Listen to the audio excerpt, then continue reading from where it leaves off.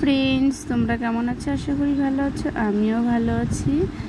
আজকে ছোট্ট একটা ভিডিও নিয়ে চলে এসেছি। প্লিজ বন্ধুরা দেখছো অনেক দিনে আমি ভিডিও ছাড়িনি, কারণ আছে যেহেতু আমার বোনের বিয়ে ছিল, বিয়ের ভিডিও কিছু ছেড়েছিলাম, দেখতে পেরেছো। তা বলে না, সুখের পরে মানে দুঃখ আসে, তো সেটাই আমাদের মানে আনন্দের পরে দুঃখ, সেরকমই একটা মানে পরিস্থিতি হয়েছে, যার জন্য মানে আমরা ভিডিও করা তো দূরের কথা, মানে মন মাইন্ড এতটাই ভেঙে গেছে যে কোনো কিছুই মানে খেতে পড়তে হাসতে কোনো কিছুই ভালো লাগছে না, আর ভিডিও করতে তো মন চাইছেই না।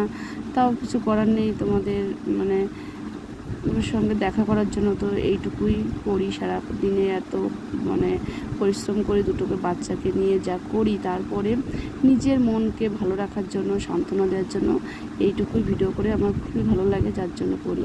তো যাও, প্রথম মূল কথাটাই বলি। মানে তোমরা সব অনেকে ভাবতে পারো যে বিয়ের ছবি ছাড়লাম, বউভাতের ছবি ছাড়লাম না, মানে কি বলবো, আমাদের ভীষণ দুঃখের বিষয় হয়ে গেছে। মানে বিয়ে হলো, তারপরের দিন তো কাল রাত্রি, তারপরে বউভাতের দিনেই, ওই দিন আমাদের বউভাতের দিনে আমার বাবা মারা যায় হঠাৎ করে। তো বুঝতেই পারছো, মা বাবা হচ্ছে মেয়েদের বা ছেলেদের সবার কাছে, সন্তানের কাছে সবচেয়ে প্রিয় হচ্ছে মা বাবা।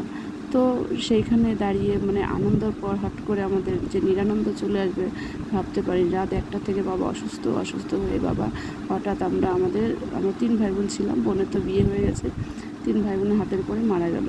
যা হোক, ওইখান থেকে আমাদের দুঃখ নেমে এলো। তারপরে বউভাত কোনো কিছুই হলো না, অনুষ্ঠান বন্ধ হয়ে গেল।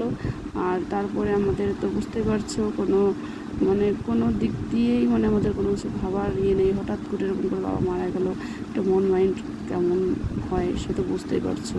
এগুলো তো সাধারণ সব সময় খুলে বলার প্রয়োজনই চলে না। তারপরে যা হোক, আমার অনেক দিন ভিডিও করা হয় না। তারপরে আমাদের তো গুরুদশা পড়ে যায়, যেহেতু আমাদের সমাজে যেটা করতে হয়। তারপরে 12-13 দিন পালন করে তারপরে আমাদের মানে শ্রাদ্ধের কাজ সব কিছু সম্পূর্ণ করে তারপরে শ্বশুরবাড়ি ফিরে এলাম। এসে তারপরে এই যে টুকিটাকি এখন ভিডিও ছাড়ছি, কিন্তু ছাড়লে কী হবে, মনের ভিতরে যে কষ্টটা দুঃখটা চেপে আছে সেটা তো সবসময় প্রকাশ করা যায় না, যার জন্য আমি ওর ভিডিওগুলো সেরকম করে ভালো মানে ফুটছে না, ভালো করতেও পারছি না। তাও চেষ্টা করছি। অনেক দিন পরে একটা মানে রান্নার আমের সিজন তো চলেই গেল, দেখতেই পাচ্ছ, কিন্তু এবছর আচার তৈরি করার সময়ই পাইনি।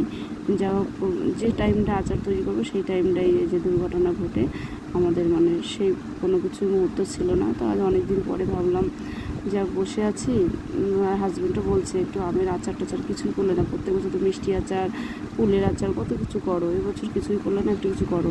তারপরে এই যে একটু টুকিটাকি গুছিয়ে একটা ছোট্ট একটা আমের রেসিপি করে দিলাম। তোমাদের যদি ভালো লাগে প্লিজ বন্ধুরা একটু লাইক কমেন্ট শেয়ার করো, আর সবাই ভালো থেকো আশা করি, আর আমরাও ভালো থাকার চেষ্টা করব। যা হবার তো হয়ে গেছে, কিছু করার নেই, সবার জীবনে এটাই ঘটে, এটাই মেনে নিয়ে চলছি। টাটা।